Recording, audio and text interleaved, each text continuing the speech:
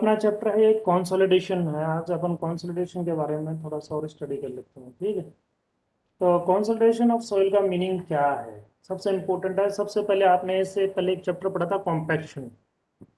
Compaction में अपन ने देखा था कि जब कोई सॉइल पार्टिकल्स हैं, सॉइल है, मिट्टी है, यदि आप उसको, अगर लूज मिट्टी आपने कहीं जैसे रोड बनते हुए देखी होगी, अब रोड का कंस्ट्रक्शन का काम चलता है तो अपन क्या करते हैं कि सबसे पहले कि भाई कहीं ऊपर नीचे स्लोप अगर अपने को मेंटेन करना है तो अपन क्या करते हैं भाई, कहीं मिट्टी उठाते हैं, कहीं उसको तो फिल कर देते हैं, कहीं से कट कर देते हैं। जहां से कट करते हैं वहां तो दिक्कत ये नहीं होती, क्योंकि नेचुरल ग्राउंड है ना जो आपका मतलब पहले से जो आपकी मिट्टी जमी हुई है उसमें ऑलरेडी इतना कॉम्पेक्शन हो चुका है कि उसको कॉम्पेक्शन करने की जरूरत नहीं है। लेकिन ऐसी स्थिति आ जाती है कि आपको कहीं जगह फिल करने की पड़ती है कि भाई यहाँ खड्डा है, यहाँ मिट्टी डालो। और फिर उसके अंदर आप क्या करते हो कि मिट्टी को डालते हैं और फिर अपन उसके ऊपर रोलर घुमा देते हैं, रोलर घुमाते हैं, थोड़ा पानी मिक्स करते हैं और फिर उस रोलर को घुमाते हैं तो अपन उसको कॉम्पेक्शन दे देते हैं। तो आप कहते हो कि ये देखो मिट्टी बिल्कुल अच्छी तरीके से जम गई है, अब इसकी ये हार्ड हो गई है, अब इसके ऊपर अपन आराम से रोड बना सकते हैं। ये प्रोसेस अपने को देखने को तो मिलता है, लेकिन अपने को ये नहीं पता रहता कि इसको कॉम्पैक्ट करने के लिए एक्चुअली में अपन ने किया क्या है। तो कॉम्पैक्शन में क्या होता है कि जब भी कोई लूज मिट्टी होती है तो लूज मिट्टी में क्या होते हैं कि भाई उसके जो जितने भी कण है ना, पार्टिकल्स हैं, वो दूर दूर होते हैं क्योंकि वो लूज हो गई मिट्टी। अब अपने को क्या करना है, उन जितने भी उसके पार्टिकल या कण थे उसको पास पास में लाना है और उसके अंदर से जितना भी एयर उसके अंदर थी उसको अपन एयर को निकाल देंगे। और फिर अपन क्या करेंगे, उसको मैक्सिमम कॉम्पैक्शन करके उसकी डेंसिटी इंक्रीज कर देंगे जिससे उसका कॉम्पैक्शन हो जाएगा और वो उसकी स्ट्रोंग हो जाएगी, मतलब सहन करने में उसकी स्ट्रेंथ भी बढ़ जाएगी। ये प्रोसीजर तो अपन ने कॉम्पैक्शन में पढ़ा। अब होता क्या है, कॉम्प्रेशन एक तरीके से बताएं तो एक स्टडी स्टेटिक, मतलब अगर अपन ने कोई चीज है कॉम्पैक्शन के लिए तो अपन ने उसी टाइम उसको अप्लाई किया, अप्लाई करने के बाद में अपन ने उसको कॉम्पैक्ट करके छोड़ दिया। कंसोलिडेशन एक अलग टर्म है। कंसोलिडेशन में भी जो कंप्रेशन होता है सोइल का वो एक स्टडी स्टैटिक प्रोसेस है। स्टैटिक प्रोसेस का मतलब क्या होता है, डायनेमिक में तो ये होता है कि भाई आपने कोई चीज लोड ली, उस लोड को अपन ने लगाया उसके ऊपर और उस लोड को लगाने के बाद में जितना कॉम्पैक्शन होगा कर दिया और आप छोड़ दिया, वो तो आपका कॉम्पैक्शन हो गया। कंसोलिडेशन क्या कहता है, यदि आपके कोई भी मिट्टी है, अर्थ है आपके पास में, और यदि आपकी बिल्डिंग है, सपोज करो घर की कोई बिल्डिंग है, अगर उस घर की बिल्डिंग के नीचे आपने कोई मिट्टी डाल रखी है और वो चिकनी मिट्टी हो, सपोज करो, बिल्कुल चिकनी मिट्टी सब जानते हैं किस तरीके से होती है, वो गीली है थोड़ी और आपने उसमें ऊपर घर बना दिया। आप घर बनाया तो क्या होगा, जब वो चिकनी वाली मिट्टी है उसके अंदर जो पानी है वो अपन ने घर के लोड, जब घर का भार उसके ऊपर आएगा तो वो चिकनी मिट्टी के अंदर में से पानी है वो धीरे धीरे धीरे धीरे धीरे निकलेगा। और आपको पता चलेगा कि साल, 2 साल, 3 साल, 4 साल, 5 साल भी निकल जाते हैं ऐसे प्रोसेस में। तो उस प्रोसेस में क्या होगा, धीरे धीरे जब उसमें से पानी निकलेगा तो धीरे धीरे सेटलमेंट हो जाएगा। सेटलमेंट हो जाएगा तो आपकी फाउंडेशन यदि 1, 2, 5 mm भी नीचे खिसकती है, 1, 2 mm से लेके 5 mm के बीच में भी खिसकती है, तो इसका मतलब आपकी पूरी बिल्डिंग के अंदर क्रैक आ जाएगा। ठीक है, इतना फर्क पड़ जाता है कंसोलिडेशन का। तो कंसोलिडेशन प्रोसेस क्या है, कंसोलिडेशन एक कंप्रेशन है सैचुरेटेड सॉइल का। सैचुरेटेड सॉइल मतलब पूरी की पूरी है वो जो मिट्टी है उसके अंदर पानी भरा हुआ है और ऊपर पानी नहीं है, फ्लो नहीं कर रहा, लेकिन उसके अंदर जितने भी वोल्ट्स थे उसके अंदर पानी है।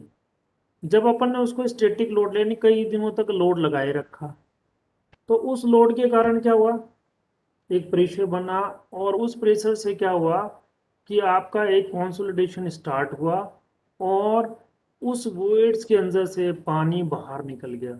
और जब ये पानी बाहर निकला उसी प्रोसेस को अपन बोलते हैं कंसोलिडेशन, कंसोलिडेशन। ठीक है। तो उससे ये होता है, एक सेटलमेंट हो जाता है। सेटलमेंट होता है तो जो काफ़ी हैवी बिल्डिंग्स होती हैं उनमें क्रैक डेवलप हो जाते हैं। ठीक। तो consolidation is generally related to fine grain soil such as silt और क्ले। ये कंसोलिडेशन किस में होगा, जैसे अगर आपके पास बालू मिट्टी है, अगर बालू मिट्टी होगी, अगर आप उसके ऊपर लोड लगाओगे तो उसमें से पानी वैसे ही ड्रेन हो जाएगा तुरंत। वो तो कॉम्पैक्शन से इंस्टेंट लोड से ही, जैसे घर कंस्ट्रक्शन चल रहा है उसी दौरान जो लोड बन रहा है, उसी लोड बनते बनते ही उसमें से पानी निकल जाएगा। तो वहां ये प्रॉब्लम नहीं है, क्योंकि उसकी परमेबिलिटी बहुत अच्छी है। जिससे पहले ही तो परमेबिलिटी का चैप्टर इसलिए पढ़ाया है। लेकिन आपको ये पढ़ाया था मैंने कि सिल्ट और क्ले की परमेबिलिटी अच्छी नहीं होती है। उसके अंदर से अगर आप पानी फ्लो करना चाहो तो इतनी जल्दी फ्लो नहीं होता है, उसमें टाइम लगता है, वो टाइम डिपेंडेंट फिनोमेना है क्ले और सिल्ट। तो इसलिए क्या होता है, फाइन ग्रेन सोइल जो होती है आपकी, जैसे कि सिल्ट और क्ले, उसमें जो आपका कंसोलिडेशन होगा उसमें आपको टाइम लगेगा। और टाइम जैसे लगेगा, धीरे धीरे धीरे उसमें से वाटर का एक्सपेंशन हो जाएगा, यानी एक्सपल्सन हो जाएगा, तो वाटर बाहर की तरफ निकल जाएगा और फिर उसके अंदर सेटलमेंट हो जाएगा। इस पूरे प्रोसेस को अपन बोलते हैं consolidation of soil. Coarse grain soil में क्या होगा, जैसे सैंड और ग्रेवल है, उसमें अगर आपका कंसोलिडेशन हो तो मच फास्टर रेट होती है, और हाई परमेबिलिटी होने के कारण पानी तुरंत निकल जाता है। जबकि सिल्ट और क्ले में ऐसा प्रोसेस है कि उसमें आपको टाइम लगता है। सैचुरेटेड क्ले है, जैसे उसका कंसोलिडेट करें तो मच स्लो रेट होती है। क्यों? क्योंकि उसकी परमेबिलिटी लो होती है। अब इससे पहले मैं आपको परमेबिलिटी पढ़ाता तो आपको समझ में नहीं आता। आप परमेबिलिटी का चैप्टर बनाने के बाद में अपन कंसोलिडेशन देख रहे हैं तो आपको इजीली समझ में आएगा कि क्ले की परमेबिलिटी बहुत कम होती है, इसका मतलब उसमें से पानी है स्लो रेट से बाहर निकलेगा। तो कंसोलिडेशन की जो रेट है वो क्ले और सिल्ट में स्लो रेट होती है, और अगर बात करें सैंड और ग्रेवल्स की तो फास्ट रेट से उसमें से पानी निकल जाता है। तो process of consolidation is often confuse with process of compaction, यानी कॉम्पैक्शन और कंसोलिडेशन में लोगों को काफी कंफ्यूज हो जाता है कि व्हाट इज द कॉम्पैक्शन और व्हाट इज द कंसोलिडेशन। तो कॉम्पैक्शन में तो क्या, डेंसिटी इंक्रीज होती है, और आपका जो आपकी एयर होती है वो वर्ड में से, वॉल्यूम में से वो डिक्रीज होती है, उसके बाद में वो सैचुरेटेड में कन्वर्ट हो जाता है। जब वो अनसैचुरेटेड सोयल है, वो एयर निकलने के बाद में सैचुरेटेड पोजिशन में आती है, तब तक अपने को उसमें कॉम्पैक्शन होता है। ठीक है, जैसा कि मैंने आपको बताया था कि ऑप्शन मॉइस्चर कंटेंट की वैल्यू पर निकालते हैं, वाटर कंटेंट की वैल्यू जो निकालते हैं, उसमें जब अपने को हाइट जो ड्राई डेंसिटी मिलती है वो कब मिलती है, तभी तो मिलती है कि जब अपने को अपन ने जो पानी उसके अंदर वाटर कंटेंट मिलाया, उस वाटर कंटेंट को मिलाने के बाद में जो उसके अंदर वर्ड्स आपके बच गए थे, उन वर्ड्स को अपन ने 25 ब्लो दे के 3 लेयर में अपन ने उसकी एयर को ही तो रिमूव किया है अपन ने। और जब अपन ने उसकी एयर को रिमूव किया है तभी तो उसका कॉम्पैक्शन डेंसिटी बढ़ी है, यानी उसका कॉम्पैक्शन हुआ है।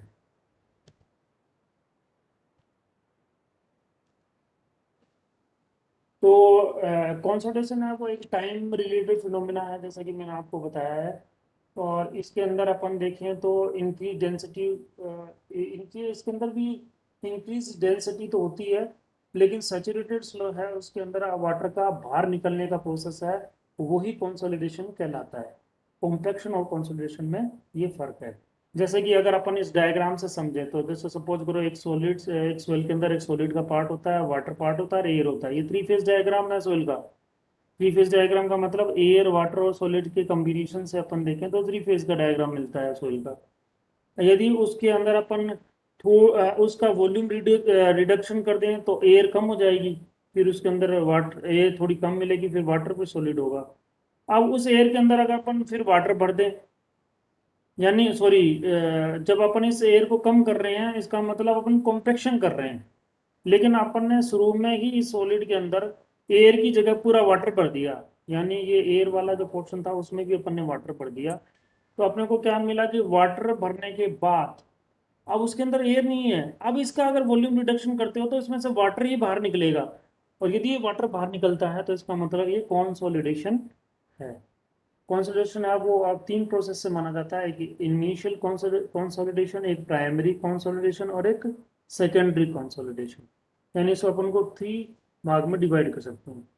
तो जैसे अगर अब मैं बताता हूँ कि what are the compressibility and consolidation of soil, तो मैंने आपको अभी भी बताया जस्ट कि वॉल्यूम का डिक्रीज होना और अंडर मैकेनिकल लोड। और अगर सैचुरेटेड सॉइल में अगर अपन ये करते हैं तो ये आपका एक तरीके से कंसोलिडेशन कहलाएगा।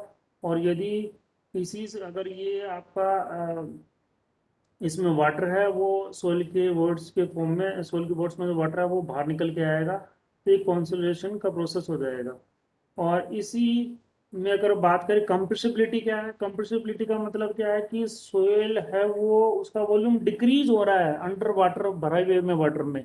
तो इसका मतलब अपन ने देखो, अगर आपने क्लासिफिकेशन ऑफ सोयल पढ़ा था याद हो, तो मैंने आपको ए लाइन पढ़ाई थी प्लास्टिसिटी चार्ट में। उसमें मैंने ये कहा था कि इस ए लाइन से जब ऊपर आते हैं या ए लाइन के नीचे आते हैं तो सिल्ट और क्ले का क्लासिफिकेशन किया था। उसके बाद मैंने आपको ये भी बताया था कि लिक्विड लिमिट की वैल्यू यदि आपकी 35 से कम होती है तो लो कंप्रेसिबिलिटी होती है। अब आपने उस टाइम में पढ़ लिया कंप्रेसिबिलिटी लो होती है। अब आपको ये समझ में नहीं आया कि सर ये कंप्रेसिबिलिटी क्या है। फिर अपन ने बढ़ाया कि 35 से 50 के बीच में आते तो इंटरमीडिएट कंप्रेसिबिलिटी होती है सॉइल की। और यदि 50 से ऊपर आए तो लो हाई कंप्रेसिबिलिटी होती है। इसका मीनिंग क्या है, कंप्रेसिबिलिटी का मीनिंग यही है कि यदि उसमें अंदर वाटर क्वांटिटी ज्यादा हो गई है, लिक्विड लिमिट स्टेज में सोइल ज्यादा आ गई, अब उसमें जो वॉल्यूम है वो आपका जो अंडर प्रोसेस है लोड में, उससे वो वाटर एक्सपेलेशन ज्यादा होगा। और यदि वाटर एक्सपेलेशन आपका सैचुरेटेड सॉइल में प्रेशर से ज़्यादा होता है तो इसका मतलब है कि उसके अंदर हाई कंप्रेसिबिलिटी होगी। और यदि उसके अंदर वाटर की क्वांटिटी कम है और उसकी लिक्विड लिमिट की 35 से 50 अपन ने बताई थी, उस केस में वो इंटरमीडिएट कंप्रेसिबिलिटी सॉइल हो जाएगी। यानी लिक्विड लिमिट जैसे जैसे बढ़ रही थी वैसे वैसे अपन ने देखा था कि कंप्रेसिबिलिटी बढ़ रही थी। यहाँ ये इसी मीनिंग को बताया गया है कि कंप्रेसिबिलिटी और कंसोलिडेशन ऑफ सोइल क्या है। यानी कंसोलिडेशन प्रोसेस के दौरान जो वाटर का बाहर निकलना और उस वॉल्यूम का डिक्रीज होना वो कंप्रेसिबिलिटी है। कंसोलिडेशन एक प्रोसेस है और कंप्रेसिबिलिटी एक गेन कर रहे हैं अपन, क्यों, वाटर के निकलने के कारण। तो इस तरीके से कंप्रेसिबिलिटी और कंसोलिडेशन में एक तरीके से एक इंटर रिलेशन है। तो अपन ये बताएं कि the property of soil by virtue of which volume decrease occur under applied pressure is called compressibility, जो कि मैंने आपको अभी अभी समझाया है। किसी भी सॉइल में से यदि आपका वॉल्यूम डिक्रीज होता है अंडर अप्लाइड प्रेशर तो वो आपकी कंप्रेसिबिलिटी कहलाती है। वो कंप्रेसिबिलिटी आपकी हो सकता है कि एयर के निकलने के कारण भी होती है, एयर के निकलने का कारण होती है वो भी एक कंप्रेसिबिलिटी है। और एयर और वाटर दोनों निकलने के कारण भी जो वॉल्यूम डिक्रीज होता है वो भी कंप्रेसिबिलिटी है। अब एक पोजीशन आपकी ऐसी आएगी कि अगर आप कितना भी डिक्रीज कर लो, आपको आपकी पानी उसमें से जो निकल जाएगा उसके बाद में वॉल्यूम डिक्रीज नहीं होगा। वो उस टाइम पे अपन मान लेंगे कि अब वो आपका श्रिंकेज लिमिट आ गई, यानी अब वॉल्यूम डिक्रीज नहीं होगा, वो सॉलिड पोर्शन में आपका रह जाएगा। लेकिन उससे पहले पहले जब उसका वॉल्यूम जो डिक्रीज होगा वो टोटल प्रोसेस आपका कंप्रेसिबिलिटी कहलाएगा। Process of gradual compression of soil due to expulsion of pore water under applied pressure is referred to as a consolidation. सीधा सीधा सा हिसाब है कि यदि आपकी सोइल के अंदर में से पानी निकले और तब उसके अंदर कंप्रेशन हो तो वो आपका कंसोलिडेशन कहलाएगा। और यदि कंप्रेसिबिलिटी क्या कहलाएगा, कंप्रेसिबिलिटी का मतलब है वॉल्यूम का डिक्रीज होना। अब कंप्रेसिबिलिटी ऑफ सोयल अगर अपन देखें तो अगर अपने पास में किस तरीके से गेन होती है, तो आपका एक तो है कि compression of the solid grains, यानी अगर आपके जितने भी सॉलिड ग्रेन्स है वो स्पंजी टाइप के हैं, अगर वो आपस में कंप्रेस हो जाएं तो भी कंप्रेसिबिलिटी सोइल की गेन हो सकती है। एक ही हो सकता है कि आपका वाटर है वो कंप्रेस हो जाए तो कंप्रेसिबिलिटी गेन हो सकती है। एक है कि एयर है वो कंप्रेस हो जाए तो भी अपने को कंप्रेसिबिलिटी गेन हो सकती है। एक होता है कि एक्सपल्सन ऑफ एयर, यानी एयर बाहर निकल जाए तो अपने को कंप्रेसिबिलिटी गेन हो सकती है। एक हो सकता है कि एक्सपल्सन ऑफ वाटर है वो निकल जाए तो अपने को कंप्रेसिबिलिटी गेन हो सकती है। ठीक है, तो इस तरीके से अपन देखें।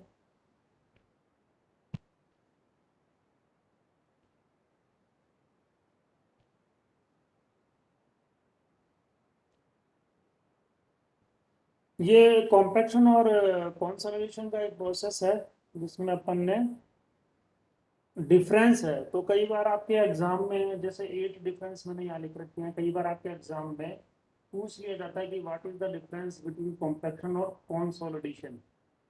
तो सबसे पहले पहला डिफरेंस जो मैं आपको बताने जा रहा हूँ, जो कि मैंने अभी आपको एक्सप्लेन किया कि due to the expulsion of air from the words of the soil, यानी अगर सोयल पार्टिकल्स के रिक्त स्थान से यदि एयर का बाहर निकलना ही कॉम्पैक्शन है। और expulsion of water from words of the soil, और सोयल पार्टिकल्स के रिक्त स्थान से वाटर का बाहर निकलना कंसोलिडेशन है। दूसरा, it is a quick process. Air का निकलना एक बहुत फास्ट प्रोसेस है, जल्दी होता है। और कंसोलिडेशन में क्या होता है, ये एक स्लो प्रोसेस है। इसमें स्टैटिक लोड प्रेशर लगता रहता है और धीरे धीरे धीरे धीरे आपका सोयल के अंदर में से वाटर में से आपका सोयल में से वाटर है वो आपका बाहर आता रहता है। जबकि मैंने बताया था कि भाई खासकर फाइन ग्रेन सोयल में ये प्रोसेस स्लो प्रोसेस ही होता है। फिर थर्ड क्या, short term loading is required. जैसे अगर आपको कॉम्पैक्शन करना है, जैसे मैंने बताया कि कहीं भी कॉम्पैक्शन करना है तो आपने क्या किया, रैमरिंग कर ली, रोलर चलाया 3 घंटे के लिए, 4 घंटे के लिए, और रोलर चलाया तो आपको कॉम्पैक्शन मिल गया। Short term process, short term loading required चाहिए।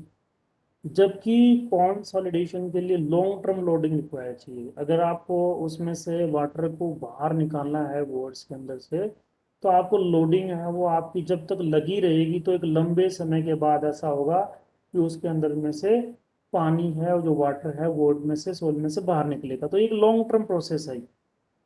फोर्थ में देखें तो एनी टाइप ऑफ सेल आदर इट इज ए कोहेजन और कोहेजनलेस कैन बी कॉम्पैक्टेड। कोई भी सोयल हो, सोयल मतलब कि जैसे कि फाइन सोयल हो यानी क्ले या सिल टाइप की हो, या सैंडी सोयल हो, ग्रेवल सोयल हो, इन सब का कॉम्पैक्शन है वो किया जा सकता है।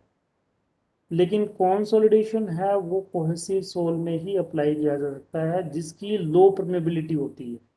हाई प्रोसेस में तो आपका लॉन्ग टर्म की रिक्वायरमेंट ही नहीं रहती, वो तो ड्यूरिंग कॉम्पैक्शन के दौरान ही अपने वो कंसोलिडेशन में से वाटर बाहर निकल जाएगा, सिल्ट में सॉरी पोर्स ग्रेन में से। तो कंसोलिडेशन वाला प्रोसेस है वो आपका कोहेसिव सोइल, कोहेसिव सोइल का मतलब जिसमें क्ले के पार्टिकल्स होते हैं और जैसे सिल्टी होती है, इन वाली सोइल में जहाँ लो परमेबिलिटी होती है उसमें अप्लाई होगा। Fifth, degree of saturation of soil to be compacted should be less than 100%। और जब अपने को कॉम्पैक्शन में करते हैं तो आपने देखा एयर ही रिमूव हो सकती है। एयर रिमूव होगी तो इसका मतलब क्या होगा, उसके अंदर एयर तभी तो रहेगी जब डिग्री ऑफ सैचुरेशन 100% से कम होगा। तो इस केस में डिग्री ऑफ सैचुरेशन सोयल की है वो 100% से कम होगी, तभी एयर रिमूव होगा, तभी कॉम्पैक्शन होगा। लेकिन कंसोलिडेशन स्टार्ट ही तब होगा जबकि पूरी सोयल सैचुरेटेड हो। यानी तो सोयल के सभी वर्ड्स के अंदर अगर 100% पानी हो, तब जब उसमें से सारी एयर रिमूव हो जाएगी तब वाटर के निकलने का टाइम आएगा सोल के रिक्त स्थान से। तो उसका मतलब डिग्री ऑफ सैचुरेशन है वो सोल की कॉन्सोलिडेटेड में 100% होनी चाहिए। सिक्स, अगर आप किसी भी सोयल को कॉम्पैक्ट कर रहे हो तो उसका वर्ड रेशियो कम होगा, कॉम्प्रेसिबिलिटी भी कम होगी। जैसे कि अभी मैंने बताया था, कॉम्प्रेसिबिलिटी यानी वॉल्यूम का डिक्रीज होना, वर्ड रेशियो यानी रिक्त स्थान का कम होना, और परमेबिलिटी डिक्रीज होना। परमेबिलिटी डिक्रीज कैसे होगी कि जब आप उसको कॉम्पैक्ट कर देंगे तो वर्ड कम हो जाएंगे, वर्ड कम हो जाएंगे तो परमेबिलिटी डिक्रीज हो जाएगी। ये दो तीनों के तीनों प्रोसेस आपके कंसोलिडेशन में भी यही होते हैं, क्योंकि उसमें भी वर्ड रेशियो कम हो जाता है, उसमें भी कॉम्प्रेसिबिलिटी आपकी कम हो जाती है, और उसमें भी परमेबिलिटी है वो डिक्रीज हो जाती है।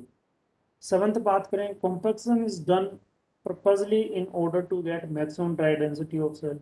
कॉम्पैक्शन करने का एक पर्पज क्या है कि अपने को मैक्सिमम ड्राई डेंसिटी सोइल की निकालनी है, जिससे कि अपने को कॉम्पैक्ट हो जाए सोइल और उसकी स्ट्रेंथ आ जाए और अपन उसको लोड उस पे से ट्रांसफर कर सकें। कॉन्सोलिडेशन ऑफ सोइल क्या है, एक नेचुरली प्रोसेस है ये। और ये आता कब है, कोई स्ट्रक्चर है वो अपन ने बना दिया और फाउंडेशन फाउंडेशन से अपने को लोड है वो ट्रांसफर हो रही है, और धीरे धीरे धीरे लोडिंग प्रोसेस से फिर अपने को कंसोलिडेशन है वो occur होगा। तो कॉम्पैक्शन एक पर्पज है जिसके लिए अपन उसको कर रहे हैं, कंसोलिडेशन एक पर्पज ऐसा है जो नेचुरली गेन हो रहा है। यानी कोई बिल्डिंग बना के छोड़ दिया, अपन तो चाहते नहीं कि कंसोलिडेशन हो, लेकिन अगर सोइली क्ले या सिल्टी होगी तो नेचुरली वो प्रोसेस गेन होगा। और कॉम्पैक्शन अपन क्या करेंगे, चाह के करेंगे कि भाई अपने को स्ट्रेंथ बढ़ानी है तो मैक्सिमम ड्राई डेंसिटी अचीव करने के लिए अपन कॉम्पैक्शन करेंगे। एट्थ में क्या, it is done before the construction of structure. और यदि किसी भी स्ट्रक्चर को अपने को बनाना है, जैसे रेलवे की लाइन अपने को बिछानी है, अपने को रोड बनानी है, अपने को घर की बिल्डिंग की फाउंडेशन बनानी है, इन सब प्रोसेस से पहले अपन कॉम्पैक्शन करेंगे, बिफोर कंस्ट्रक्शन करने से पहले। लेकिन ये begins naturally along with the construction work. ये तो जब कंस्ट्रक्शन वर्क चल रहा होगा, जैसे जैसे लोड बढ़ता जाएगा वैसे नेचुरली बिगिन होता चला जाएगा। यानी ये कंस्ट्रक्शन वर्क के दौरान और उसके बाद चलता रहता है, जबकि ये क्या होता है कि कॉम्पैक्शन है वो कंस्ट्रक्शन वर्क से पहले अपने को करना पड़ता है। इस तरीके से अगर अपन देखें तो डिफरेंस है वो आपके अलग अलग है कॉम्पैक्शन और कंसोलिडेशन में।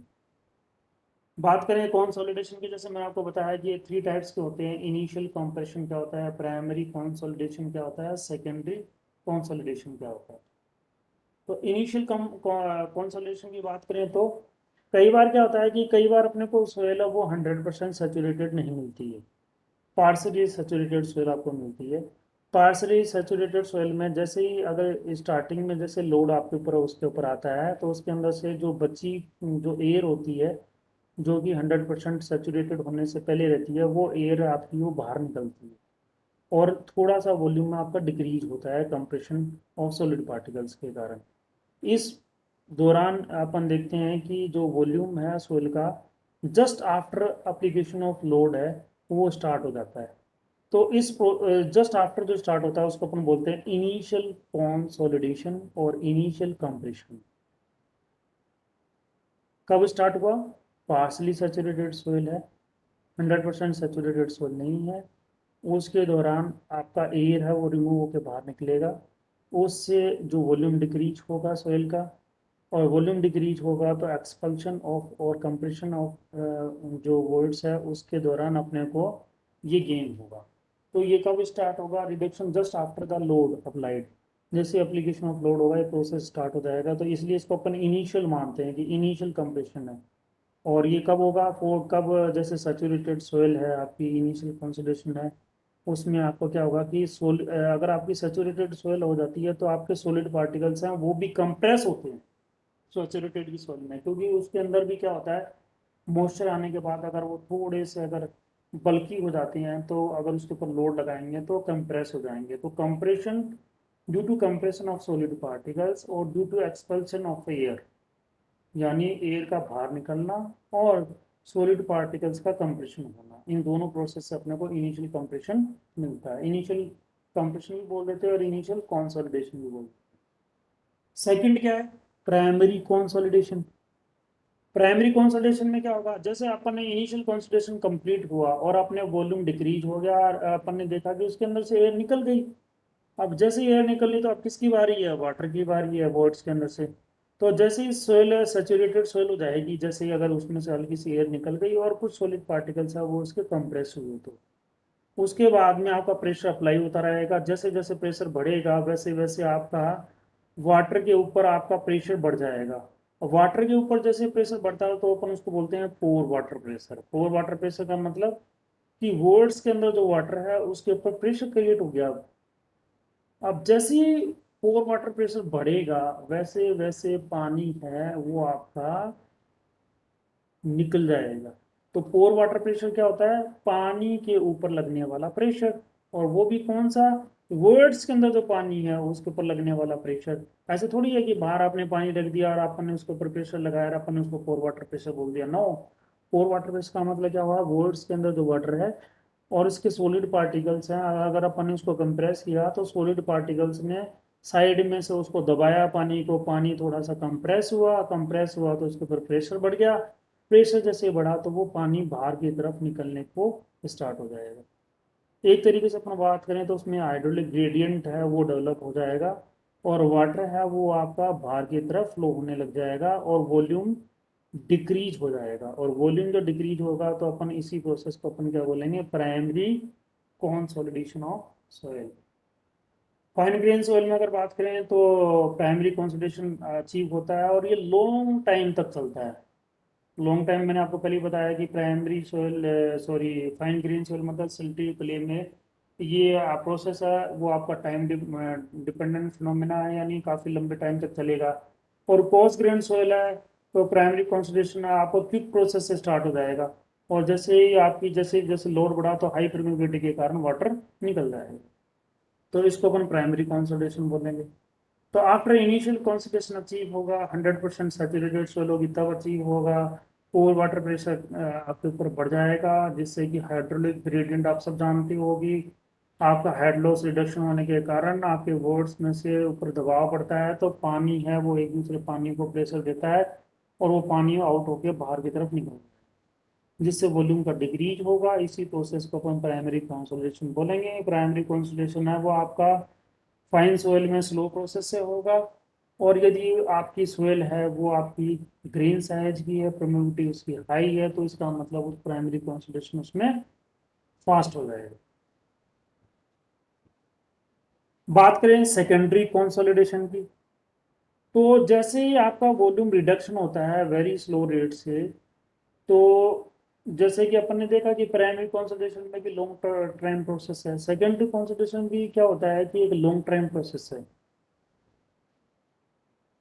जैसे ही आपका प्राइमरी कंसोलिडेशन कंप्लीट हो जाता है और उसके बाद में आप ये देखते हो कि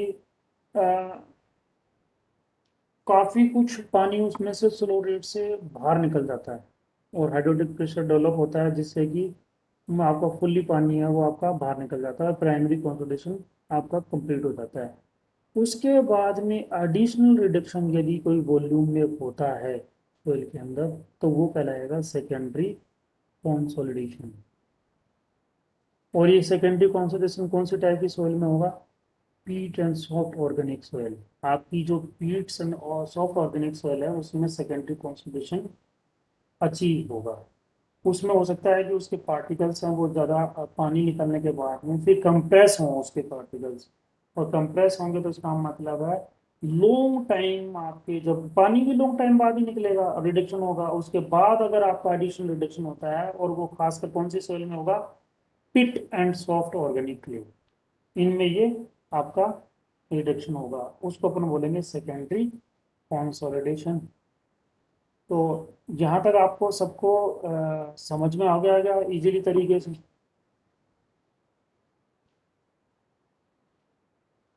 हाँ सर।